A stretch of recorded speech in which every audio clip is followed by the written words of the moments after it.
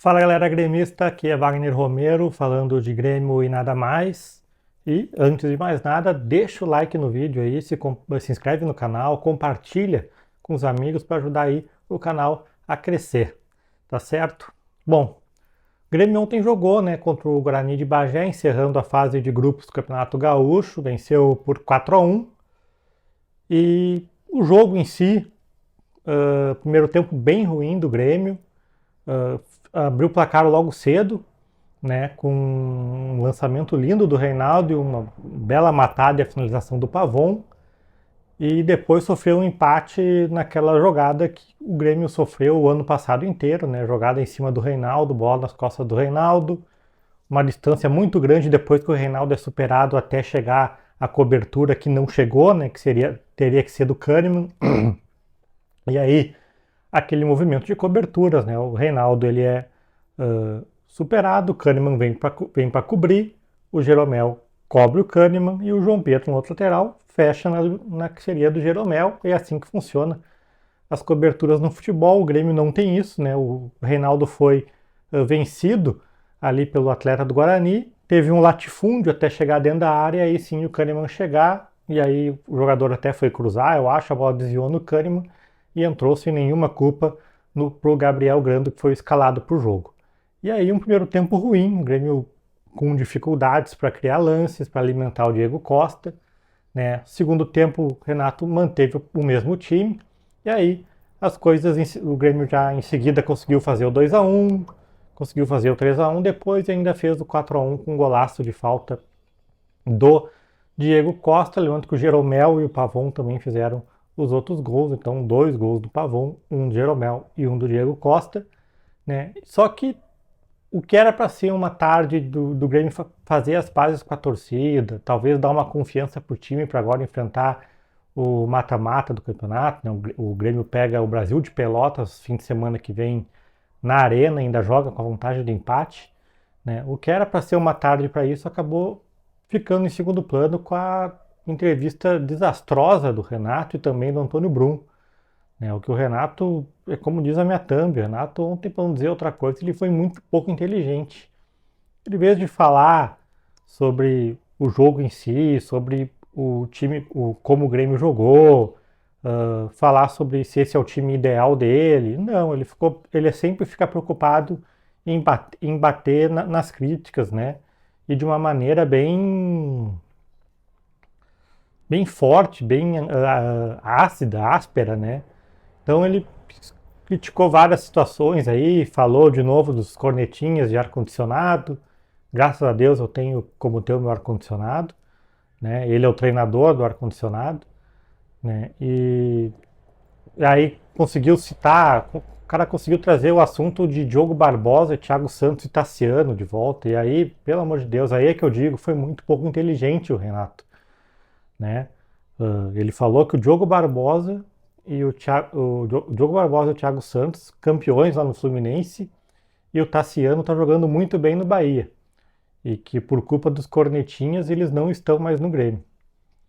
Só que aí eu te pergunto, alguém avisa o Renato então? Quem é o técnico do Diogo Barbosa e do Thiago Santos lá no Fluminense? É o Renato? Não, né? É o Diniz. Quem é o treinador do Tassiano lá no Bahia? Ah, é o Rogério Ceni, não é o Renato. Então, se esses jogadores estão atuando bem lá e não atuaram aqui, quem era o treinador deles aqui no Grêmio? Era o Renato. Então, a culpa deles não jogarem bem no Grêmio, entre outros que também saíram do Grêmio e acabaram conquistando coisas como o Alisson do São Paulo, Luciano, Rafinha, é dos jogadores? É da torcida que vaiava eles? Ou é do treinador que não fazia eles jogar, eles render no melhor nível? Alguém avisa o Renato que a culpa é do comandante? Porque não foi a imprensa, os cornetinhos que expulsaram o Diogo Barbosa, Thiago Santos, entre outros tantos aqui do Grêmio, não. A torcida não queria esses jogadores. No caso do Thiago Santos, a torcida não queria nem que viesse. Porque o torcedor, ele, por mais que ele seja passional, tem muita gente que entende do jogo ali. E via em campo que não dava certo. Então o Renato ontem ele não criticou só esses caras aí que ele chama dos cornetinhas do ar-condicionado, não. Ontem o Renato criticou a torcida do Grêmio como um todo. Porque sim, a imensa maioria da torcida do Grêmio queria Diogo Barbosa, Thiago Santos, Tassiano, entre outros, fora do Grêmio. Depois também falou sobre a questão, rebatendo as críticas quanto à não ida para Ijuí, dizendo que ele não decide nada sozinho, que tudo é conversado com o presidente, que ele não manda no Grêmio. Para 1 minuto depois ele dizer, e a partir de agora é minha ordem, o CT está fechado, não vai mais ter treino aberto para a imprensa, porque os setoristas vão pagar o pato de quem critica. Mas não é, tu não mandava no Grêmio, disse que não mandava no Grêmio, agora tu tá mandando que os treinos são fechados? Isso não existe. E alguém avisa o Renato, Renato, eu te aviso também, tu não vai ver, não vai chegar a encher esse vídeo. Quando tu fecha o treino a semana toda e tu não permite que os setoristas acompanhem o treino, tu não tá fechando o Grêmio para os setoristas, tá fechando o Grêmio para a torcida.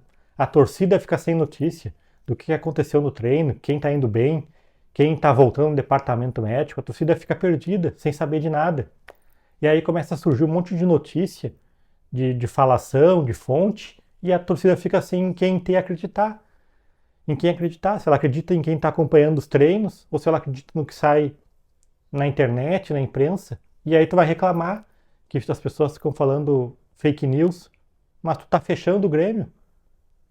Tu tá fechando o Grêmio pra torcida, tu não tá fechando o Grêmio pra imprensa. O torcedor é que vai ficar sem notícias do Grêmio. A impressão que a gente tem é que o Grêmio é uma espécie de Coreia do Norte. E o Renato é o ditador desse Grêmio. Ele manda, desmanda. Ele é o funcionário mais chefe que existe no futebol mundial. Ninguém derruba o Renato, ninguém peita o Renato, ninguém diz não pro Renato. Ele faz o que quiser.